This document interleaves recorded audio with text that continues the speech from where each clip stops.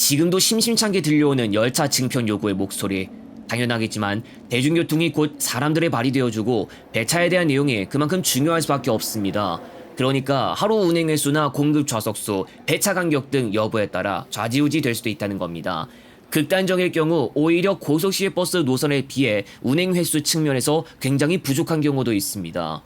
호남 지역에서는 최근까지도 열차가 더 다녀야 한다는 목소리를 냈는데 마음 같아선 최대한 빠른 시일 안에 문제가 해결되면 좋겠다 싶겠지만 이 문제는 일종의 장기 프로젝트로 남아 몇 년이나 기다려야 할 가능성이 있어 보입니다.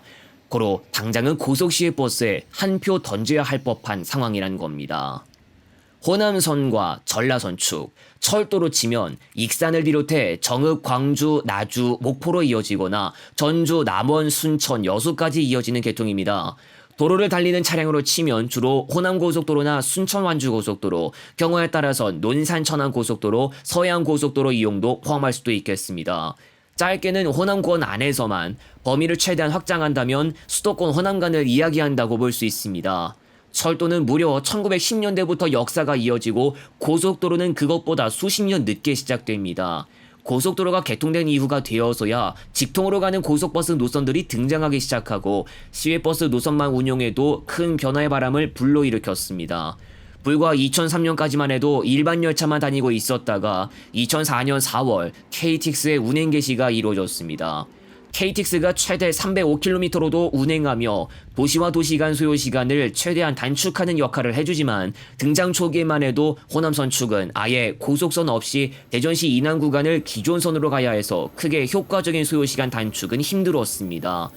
2015년 호남고속선 1단계가 개통하고 나서야 빛을 보기 시작했고 2단계 구간도 예정되고 있습니다. 2016년 12월에는 수서역에서 출발하는 SRT도 운행을 시작했습니다. 서울 광주 간 기준으로 대략 2시간 이하만 투자하면 갈 수 있게 됐으니 혁신이 아닐 수 없습니다. 호남고속선은 고속버스 운수사에게도 영향을 주었고 2016년 SRT까지 합류하면서 경기도 성남시 쪽도 들썩이게 했습니다. 다른 연유도 무시할 수 없겠지만 운행횟수 감회나 운수사의 노선 교환 및 정리, 노선 조정까지 단행하게 하는 등 여파가 미쳤습니다. 소요시간이나 횟수, 그리고 접근성 등이 버스에 비해서도 조건이 괜찮다면 그것은 철도에게 큰 이점으로 작용합니다. 또한 한번 운행할 때 수송 능력은 당연히 철도가 압도적입니다. 고속시외버스는 단적으로 100명을 태울 수 없습니다. 버스는 도로에서 발생하는 서행이나 정체 등 각종 변수 때문에 정시율이 떨어질 수 있지만 철도는 그에 비해 우수합니다. 그럼에도 불구하고 상대적인 단점이나 불만은 여전합니다. 다름 아닌 주요 도시와 유동인구가 많을 법한 구역에서 일어납니다. 지역단체에서 내놓는 호남축 열차의 증편 요구는 수도권까지 가는 고속철도와 같은 열차편을 지금보다 더 늘려야 한다는 이야기라고 할 수 있습니다. 단체는 경부축보다 열차 편수가 적다고 하면서 차별도 한다는 주장까지 했습니다. 대표적으로 서울 전주 간과 서울 광주 간 배차를 비교해 봤을 때 고속열차 편보다 고속버스 편수가 압도적으로 많은 걸 알 수 있습니다. 고속버스가 10분만 기다리면 다음 차량편이 들어올 수도 있고 경우에 따라선 당일에 임시 차량편 대차도 할 수 있습니다. 그러나 기차는 버스와 달리 임시편을 연휴 기간과 같은 때에만 구성합니다. 만석을 기록해도 다른 차량편을 바로 추가하기엔 열차 간격 유지부터 다른 요소들까지 현실적으로 어렵다는 겁니다. 물론 철도는 사람이 도표를 작성해가면서 노선 전체 스케줄을 설계하는 것이기 때문에 버스에 비하면 난이도가 상상을 초월하는 수준입니다. 여객뿐만 아니라 화물도 신경 써야 합니다. 선로 용량에 따른 문제도 절대 피할 수 없습니다. 아무튼 배차 간격이며 횟수, 심지어는 막차까지도 버스와 비교되는데 지역단체에서 요구하는 열차 증편 목소리는 현실적으로 들어주기가 정말 어려울지도 모릅니다. 우선 결론은 적어도 몇 년은 고속시외버스가 건재할 수도 있고 철도는 복합적인 요인이 얽히고 설킨 까닭에 함부로 시도할 수 없을 것 같아 보입니다. 철도도 결국 교통량과 관련한 문제에서 절대 벗어날 수 없습니다. 한 노선이나 구간에 열차편들이 얼마나 투입되는지 여부에 따라 교통량의 정도를 가늠해 볼 수 있습니다. 우리나라 고속철도에서 문제 구간은 청주시 오송역 이북 구간, 호남고속선의 시종점부이기도 하지만 경부고속선 중간 지점에 해당하기도 하는 이쪽부터 부산이나 포항, 마산 쪽에서 올라가는 열차와 함께 선로를 공유하게 됩니다. 평택시 인근까지 수서역 착발 SRT와 함께 갔다가 분기되며 KTX는 용산역 방향으로 그대로 올라가게 됩니다. 선로를 같이 사용하는 만큼 당연히 혼잡할 수밖에 없습니다. 이것이 심해져 안전거리 유지를 위한 간격 조절을 하면서 속도를 낮춰야 하는 경우도 발생합니다. 이 과정에서 지연이 발생할 수도 있습니다. 이것을 두고 선로가 포화됐다고 표현합니다. 고속시외버스도 도로에 차량들이 많이 몰려 막히는 구간을 지나가는 경우가 있습니다. 도로도 당연히 포화를 논할 수 있지만 필요시 버스가 다른 길로 우회할 수도 있고 단체 결정에 따라 도로 확장이나 다른 고속도로 노선 신설도 대안으로 내세울 수 있으며 이에 따른 포화도 완화를 기대해 볼 수도 있습니다. 임시차 편성은 운수사 소속 차량뿐만 아니라 전세버스 협정도 얼마든지 볼 수 있을 만큼 유동적입니다. 경부고속선 평택시 오송역 구간은 2028년 완공을 목표로 선로 2개를 추가하는 건설이 이루어집니다. 그러나 이것만 볼 것이 아닙니다.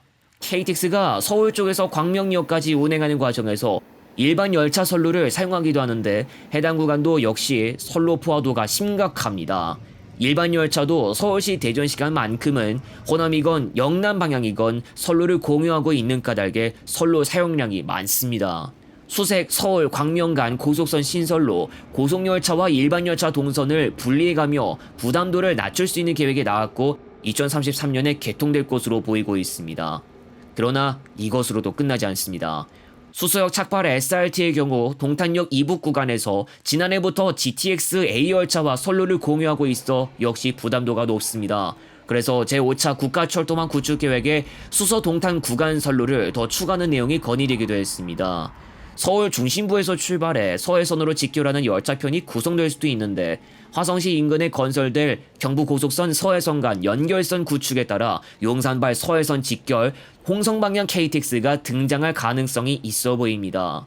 또한 수원이나 인천발 KTX도 나중에 운행을 개시하면 반드시 경부고속선을 경유하게 될 예정임에 따라 오송역 이북 구간을 지나가는 열차편들이 지금보다 많아집니다. 선로 사용 빈도를 최대한 줄이기 위해 복합열차를 더 구성하는 방안이 있는데 한 차례 운행으로 복수행선지를 운영할 수도 있지만 분리 지점 이후부터 공급 좌석수는 줄어든다는 큰 단점을 가지고 있습니다.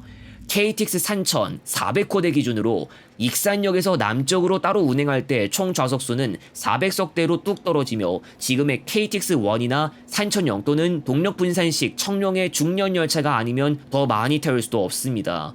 그리고 경부 측에 대해서도 짚고 넘어가자면 서울시 부산 시간을 오가는 고속열차편들은 대도시만 5곳에 진입하고 그 외 다른 주요 도시들도 경유하는 특성상 인구가 많고 편수가 많이 구성된 걸 볼 수 있습니다. 그러나 경부 측 고속열차도 휴일에는 좌석 부족에 시달리고 있고 같은 영남 지역 방향 고속열차편인 포항이나 마산 진주 방향 열차편의 경우 부산행보다 몇 배는 적게 편수가 구성되고 있습니다. 극단적으로 진주 방향의 경우 소요시간마저 단점 잡히기도 했습니다. 한 구간의 선로 포화가 심각한 상황에서 만약 영남 방향의 한 계통을 감차해서 호남 쪽에 당장 추가 투입한다면 경부선 연선 수요와 공급 좌석 부족을 생각하면 위험한 발상이 될 수 있습니다. 그렇다고 복합열차 편수를 장기적으로 더 늘린다고 하면 중년 분리지점 이후 구간에서의 공급 좌석수 부족 문제를 해결하지 못하며 많은 인원만큼 장대 편성이 요구될 수 있습니다. 새로운 얼굴이자 차세대 간판이 되어야 할 동력 분산식이면서 KTX 청룡마저도 단편성은 KTX1 955석보다 적은 515석입니다. 거기에 올해 10월 13일부터 상시 예비 편성 확보에 따른 SRT의 총 공급 좌석수 감소 때문에 이전보다 더 좌석 예매가 힘들어지게 됐는데 SRT 자체 편성 추가 도입이라도 하지 않는 이상 급한볼 끄기라도 하긴 쉽지 않아 보입니다. 서울 광주 간을 항공편으로 갈 수도 있겠지만 정작 운항 편수는 손에 꼽을 정도로 너무 적습니다. 전주에서 서쪽으로 조금 떨어진 군산의 공항의 경우 아예 서울행 항공편이 없습니다. 조금 전 적어도 몇 년은 고속시외버스가 건재할 수도 있다는 이야기를 한 것은 바꿔 말하면 고속시외버스가 그만큼의 자리를 메꿔야 하거나 필요하다는 말과도 같다고 할 수 있겠습니다. 그리고 철도 배차에 대한 고민은 비단 호남 지역뿐만 아니라 정만대 지역에서도 이전부터 떠오르던 문제이며 역시 휴일만 되면 기차 좌석 구하기 쉽지 않아 다른 방법을 알아봐야 하는 경우가 있습니다. 철도 중심의 국가로 도약하기만을 소원하는 경우가 있을 겁니다. 하지만 문제가 어제 오늘의 일이 아닙니다. 아직도 고속시외버스가 필요한 쪽을 쉽게 볼 수 있으며 앞으로도 핵심 문제가 해결되지 않는다면 그만큼 고속시외버스에게 그 몫이 넘어갈 수밖에 없습니다. 그리고 한 가지 유념해 볼 것은 우린 지금 대한민국 철도의 현실과도 마주하고 있는 겁니다.